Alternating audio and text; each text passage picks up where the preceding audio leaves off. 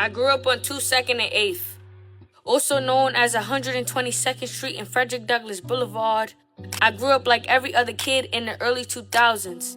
I watched the block fill up with adolescent souls who only dream was to play. And you know, it was a good day if the hydrant was popped open.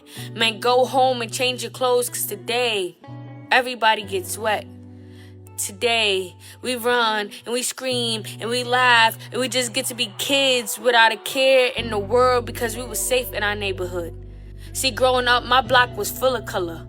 A mix of black, African, and Hispanic families, a melting pot of diversity, we were home. Growing up, all I knew was black joy.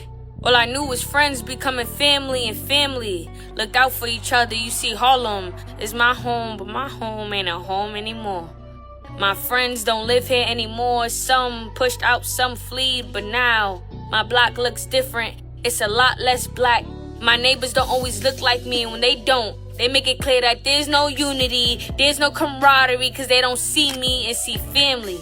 I can feel it from the way they stare, and sometimes I really wonder if they knew my story, would they care? I wonder if they knew how bad I hated when they stared for way too long. Looking like they trying to figure me out. Like 400 years just wasn't enough. They trying to work overtime. Trying to tell me that the block that I live on was never really mine. Cause all they have to do is show their face and now my rent is at an all-time high. My home stopped being a home when the landlord started throwing out eviction papers. Cause less black bodies meant the neighborhood would be safer. Makes it easier to market to those who don't mind taking up space in lands they don't know the history of. People who will move into Harlem but will still send their kids to school on the Upper East Side. Those who will never look at me but always pass me. My home ain't a home anymore, and it hasn't been ever since I realized we were poor.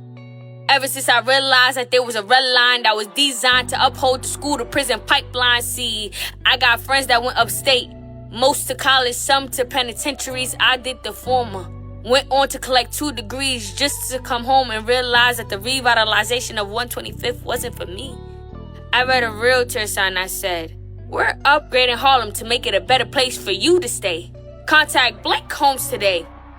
And I thought to myself, I wonder how many black families did they displace? How much Harlem history did they erase to make space for my white counterparts? So when I say my home ain't a home anymore, what I'm saying is they gentrified my neighborhood, they closing down the public schools, and they're either buying or kicking us out. But I'm still here, my family still here. I still walk these blocks with my head high, cause even though my home don't feel like a home anymore, it's still mine. Harlem is still mine, and our history is ours to write.